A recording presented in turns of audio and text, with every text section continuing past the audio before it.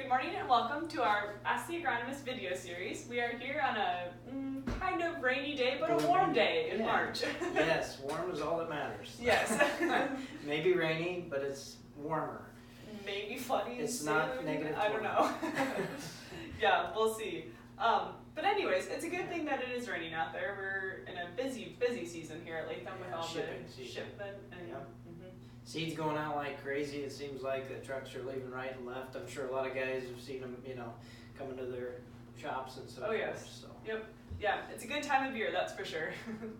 All right, well today we're going to be talking about our field-by-field process, and this is a seed placement tool, and I'll let you explain a little bit on what that is. Sure. So, and I brought the book with me. Not that you can see it real well, but so our field-by-field process is really underneath seed to soil, which is all about providing farmers with tools that will give them the best profit per acre.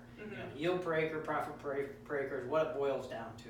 We want guys to be profitable, and that's what this is all about. So this really, it walks you through. Most of our dealers understand how to use this tool. It walks you through with the farmer on how to pick out those yield limiting factors, which is what we're going to talk about today, and understand why it's so important to put those particular hybrids and varieties on those fields that we spend literally all fall planning for. So that's something that is really decided. That type of information is filled out at the time of the sale. You're buying the seed with the field in mind. And it seems like every year we just get sooner and sooner, farmers are making those decisions earlier and earlier in the year, and we get these things on paper, so this is all on paper, probably last fall for most guys. So they have that plan in place. Now it's just implementing it. Right, yeah, awesome. Okay, so why is that even important? Let's talk a little bit about the numbers behind it. Sure, so I tend to use the G by E by M, my favorite equation to talk about, I guess, and it's not complicated. Essentially what it is the same thing that every farmer knows. It's genetics by environment by management, and that's what makes up your yield. So placing those right genetics in the right environment and then managing it correctly plays a big role in what your final outcome is. So if you look back over the last 50 to 80 years, whether it's corn or soybeans, you'll see that 60 to 70% of our yield increases or advancements have come from genetic breeding, improvements in breeding practices and genetics. So we should be focusing our attention on the genetics that are performing best in our environments, because we literally each year can sway our yields by at least 20% if you're not planting the correct hybrid or variety. So you want to make sure that when we decide, using this field by field process, that you're keeping true to that and planting those hybrids or varieties where you decided to, last fall. Yeah, perfect. So like you said, first step planting, second step planting. Let's talk a little bit. I know it gets to be in the heat of the season when you're not going to want to decide that, or you're not going to want to take the time to dig the seed out of the back of the shed to put it in the right Everybody field. gets in a hurry, and like you said, we have trucks, leaving right and left right now. So it's the heat of our season for shipping. So when farmers are receiving that, or dealers are receiving that, when they get it pass it on to the farmer, the best thing to do is make sure you're planning ahead when you pull it off the truck or wherever it's coming from.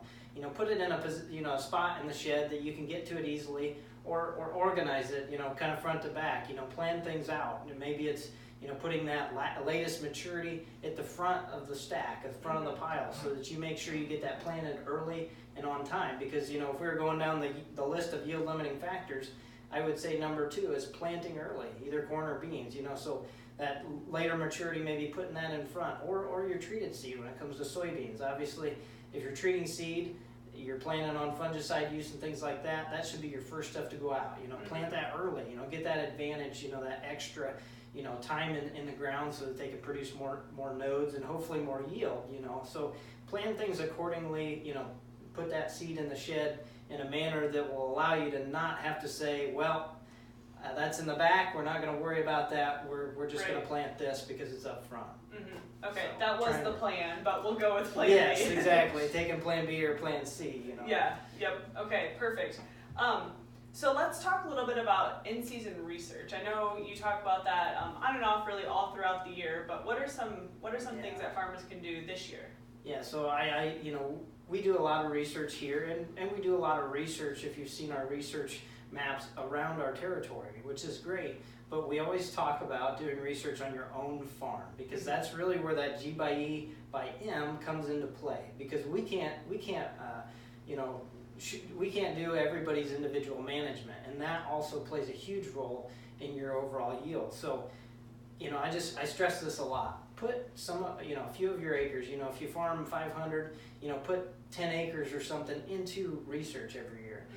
Just dedicate those acres and know that, okay, we need to learn something. Even in tough times, you still need to learn, whether it's, a practice like this or whatever it is you're trying to figure out provides return on investment, using a spot on your farm to learn those things from. So, I think this to me is the epitome of field by field, is figuring out each individual farmer's environment and putting those genetics, environment, and management to practice right there on your own farm. So, we have a lot of examples of this. One of the things I think about soybeans a lot, just because soybeans, we don't have quite as many offensive soybeans. We have more defensive, our ironclad lines.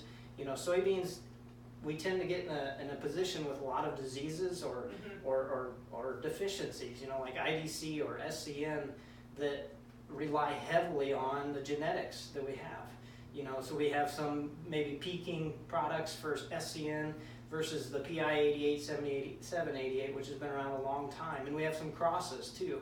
We have some really outstanding lines that were tested this year in Iowa through Iowa State, on the SCN side. So, putting some of those products side by side on your own farm and evaluating how they do, because some of those things you can't see. Unless you're testing for soybean cyst nematode, you can't see it out there, but it's affecting your yield. Right. Iron deficiency chlorosis is a little different because you can see it, but there's still a huge genetic difference between lines and how they respond to that particular deficiency or disease. So, it's one of those things where this is your opportunity to really find out.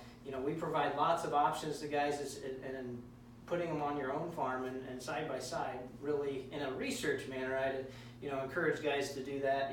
That put them side by side, and maybe replicate it a few times. If you have an 8-row head or something, use 8 rows, and replicate it a few times. But it's just something I think is extremely important, just to be learning every year. Right, yeah, that's awesome. Play to your strengths of the field, but also to your weaknesses in that sense then. Yes. So. Yeah, learning both and learning how to deal with them. You make mistakes every year, and we only have so many seasons over a lifetime to get it right, I guess. And you're never going to get 100% right, but as long as you're learning as you go, that's what's important. Awesome, So. very good. Well, is there anything else that you'd like to add this morning on this topic? No, I just encourage guys, farmers, as they're getting those products in, and we even do some help in providing, we'll even attach some of these sheets and stuff on those pallets to remind them, and if they want to go down the path of precision ag, I'd always be happy to help, placing products or on the research side, obviously, all those things we can help with. So, awesome. Feel free to give us a call anytime. Okay, sounds good. Well, thank you, Phil, and thank you to our listeners for tuning in. Have a good day.